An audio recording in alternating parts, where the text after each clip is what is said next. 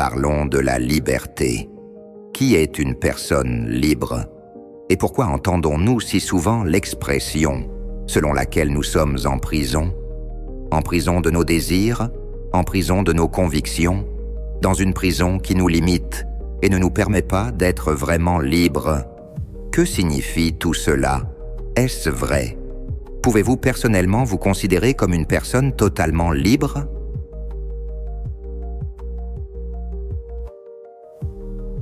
Réfléchissez bien. Pouvez-vous faire ce que vous désirez vraiment faire? Vos souhaits se réalisent-ils? Avec quelle rapidité? Êtes-vous entouré des personnes que vous aimez voir tous les jours? Votre travail vous plaît-il?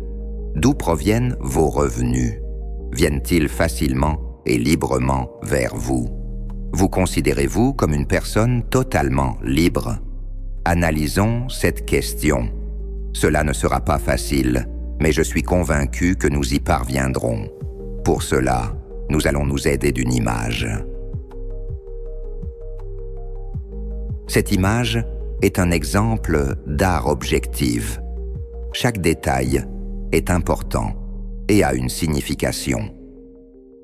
N'ayez pas peur, cette image parle de liberté. Pourquoi la plupart des gens sont-ils malheureux? Pourquoi est-il si difficile de rencontrer une personne vraiment heureuse? Je ne parle pas des photos sur Instagram et de cette vie heureuse mise en avant, et que l'on pourrait mettre entre guillemets, car derrière la façade de ces photos, aux couleurs éclatantes, se cache souvent la frustration, la dépression, le stress, des querelles et des conflits que nous ne voyons pas souvent. Je parle de personnes réelles que vous connaissez personnellement. Pouvez-vous me citer au moins une personne absolument heureuse, quelqu'un qui a vraiment réalisé son rêve?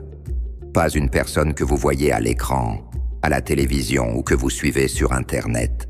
Non, je parle de vraies personnes, de vos amis, de vos proches, de vos voisins, de vos collègues de travail. Vous voyez, il est très difficile de trouver parmi eux une personne absolument heureuse.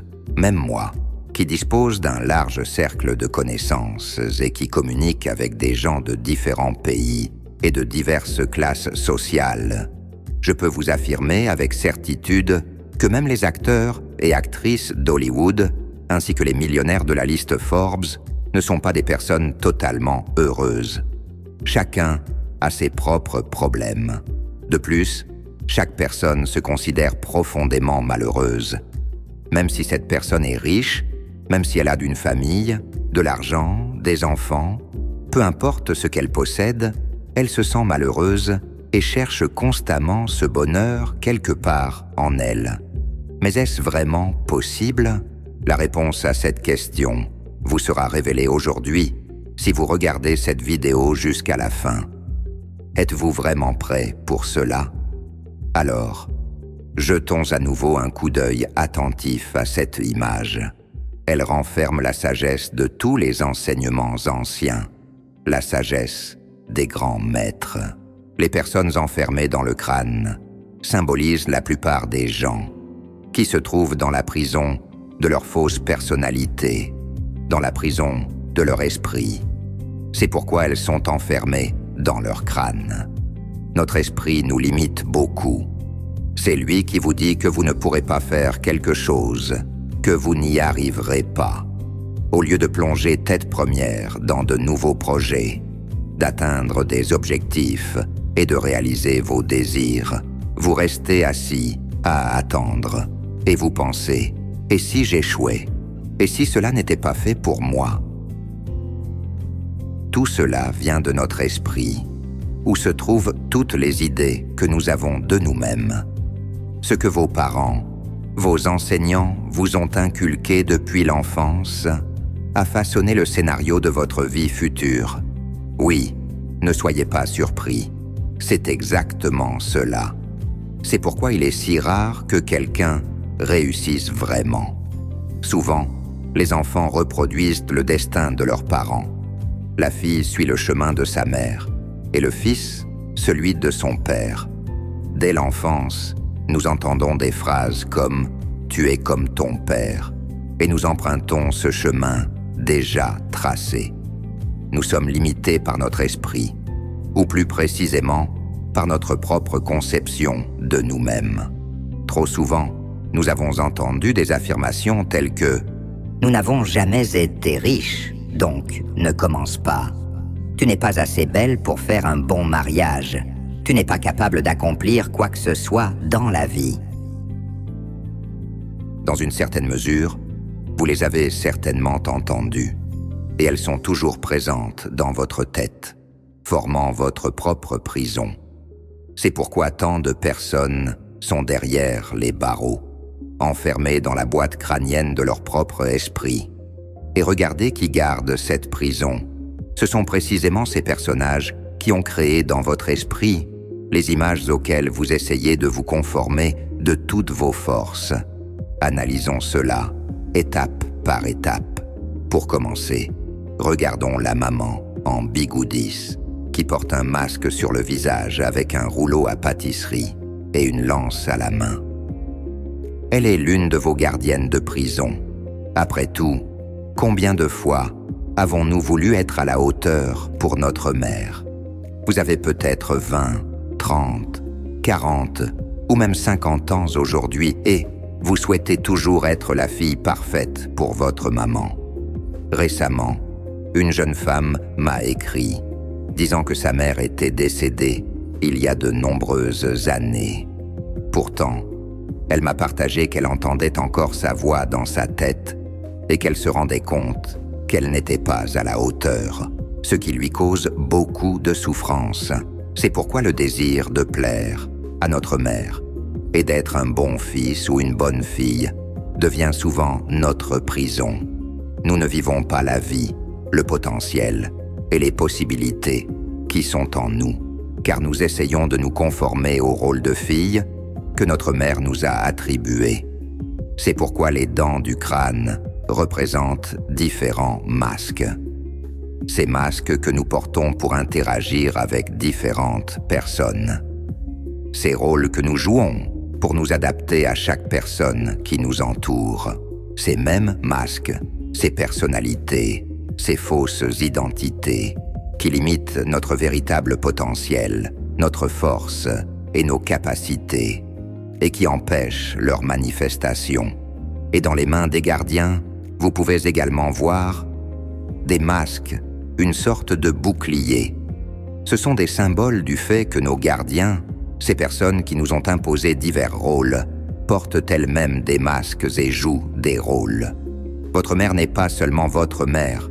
Évidemment, elle travaille quelque part. Elle est peut-être épouse ou fille pour quelqu'un d'autre. Elle a de nombreux rôles. Mais dans votre vie, elle joue ce rôle spécifique. Continuons. Regardez. À côté de la mère se trouve l'enseignante, avec une lance dans les mains, à côté du tableau. Elle est une gardienne très puissante. Depuis notre enfance, lorsque notre psyché était encore malléable, flexible et réceptive, les enseignants à l'école nous disaient comment nous devions être. Nous devions obligatoirement bien étudier, être assidus et plaire à tout le monde. Tout cela constitue des limitations qui nous poursuivent tout au long de notre vie. Rappelez-vous de votre enseignante, la plus stricte à l'école. Celle que vous craigniez ou respectiez le plus. C'est elle qui a eu le plus d'influence sur vous. Et peut-être même aujourd'hui, dans votre tête, vous évaluez vos actions selon le censeur moral qui était le sien. Peut-être que ce n'est pas une enseignante, mais un autre personnage important dans votre vie. Mais cette personne existe sûrement. Cela vous empêche de franchir le seuil, de devenir plus audacieux, actif et rayonnant, car il y a toujours ce censeur intérieur qui vous observe à travers de grosses lunettes, tenant une règle ou une lance à la place. Malheureusement, dans le monde moderne, les enseignants donnent souvent un exemple négatif et ne suscitent pas le respect des élèves. Ainsi, cela nous pousse à rester assis et immobiles pendant les années les plus actives de notre vie. Tout cela brise et détruit notre essence, notre véritable force naturelle. Et quand nous rentrons à la maison, là encore, notre mère nous gâte en disant « une cuillère pour papa, une cuillère pour maman », ce qui anéantit complètement notre centre d'incitation et les capacités de notre corps. Nous nous habituons à rester assis, à paresser, à manger beaucoup. Et ensuite, nous nous étonnons de voir notre santé complètement détériorée à 30 ans. C'est simplement parce que lorsque nous voulions courir, sauter, jouer et nous amuser, on nous envoyait soit en cours, soit à la maison pour manger de la soupe. Voilà d'où vient notre prison de paresse et d'inaction. L'un des gardiens les plus puissants de notre prison est la télévision. Oui, il y a encore des gens qui regardent la télévision, les programmes d'actualité, les talk-shows, les séries et bien d'autres choses encore. Comptez simplement combien d'heures par jour, par semaine, par mois ou par an. Combien d'années de votre vie vous passez assis devant la télévision. Et tout ce que vous auriez pu accomplir si vous aviez utilisé ce temps pour faire du sport ou danser, rencontrer des personnes intéressantes, vous auto-éduquer, apprendre des langues, pratiquer la spiritualité, faire du yoga, voyager, assister à des séminaires et des cours. Si vous n'aviez pas dépensé ce temps devant la télévision, vous seriez maintenant une personne complètement différente. Mais la télévision a nourri en nous de nombreux schémas de comportement et nous a imposé de nombreux masques auxquels nous essayons de nous conformer. Les séries et les feuilletons nous ont appris à être jaloux et à nous vexer, à provoquer des scandales et à faire des crises. Oui, c'est de là que vient cela, mais aussi à travers les disputes de nos parents. Nous avons appris comment nous comporter dans nos relations, et cela est redevenu notre prison. Nous ne savons tout simplement pas comment agir autrement. Un oncle ou une tante de la télévision nous ont expliqué comment il faut nous comporter. Beaucoup de gens pensent encore que si quelque chose est dit à la télévision, alors c'est la vérité. Mais c'est un mensonge complet. La télévision est un véritable hypnotiseur domestique. Elle nous enferme dans une prison d'ignorance, de passivité et de pauvreté. Donc, si vous avez encore une télévision chez vous et que vous l'allumez, jetez-la par la fenêtre. Ou offrez-la à quelqu'un. Vous n'en avez vraiment pas besoin. Il est temps de sortir de prison. Mais comment y parvenir? Qui sont les autres gardiens qui surveillent notre prison? Comment nous influencent-ils? Et comment se libérer véritablement? Les réponses à ces questions seront dans la prochaine vidéo. N'oubliez pas de mettre un like à celle-ci, de vous abonner à notre chaîne et d'activer la cloche pour ne pas manquer la prochaine vidéo. Partagez-la avec vos amis et regardez la prochaine vidéo ensemble. Parce que plus nous sommes nombreux, plus nous sommes forts. Et cela signifie que nous pourrons sortir de prison plus rapidement. Vous voulez rencontrer ceux qui se sont déjà libérés? Alors, venez à nos séances en direct dans votre ville. Vous pouvez vous inscrire via le lien dans la description et assister à la première séance totalement gratuitement. Je ne plaisante pas. Essayez et vous verrez par vous-même. Devenons des personnes véritablement libres et heureuses. Comment y parvenir? Je vous l'expliquerai dans la prochaine vidéo. À très bientôt.